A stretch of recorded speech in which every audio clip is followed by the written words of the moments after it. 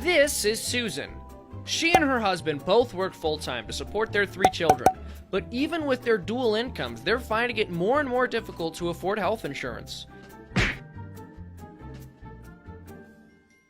How could one visit be this expensive? Wait until you see how much your husband's resuscitation is gonna cost.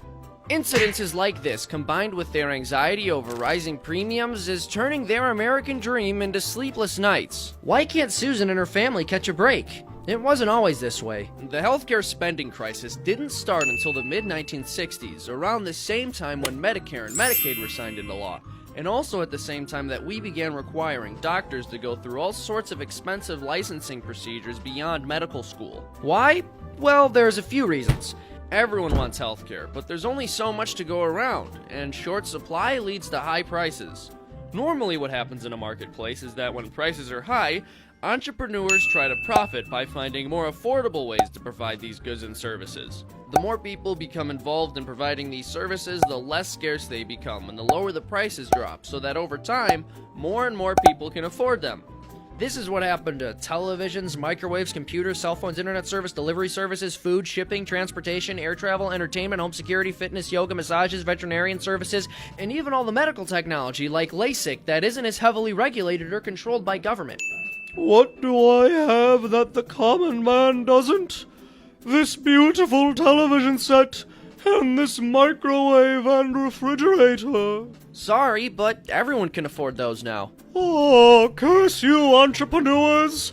You never cease to allow the common man to catch up to me. But at least they'll never be able to talk on the phone while in a car.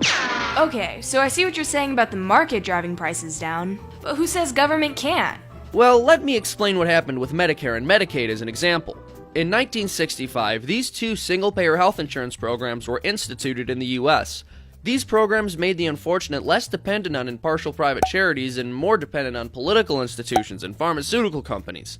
On top of that, these programs consistently require tax increases, and because they function more to satisfy the healthcare industry than the worker, they continually lead to more expensive and wasteful ways of treating patients. As a result, prices continually rise, making it more difficult for people like Susan and her family to afford health insurance. Not only that, but in 1965, the government also took over the training of new doctors, and in 1997, they limited the number of new doctors they would train at 110,000 per year, and the number hasn't changed since.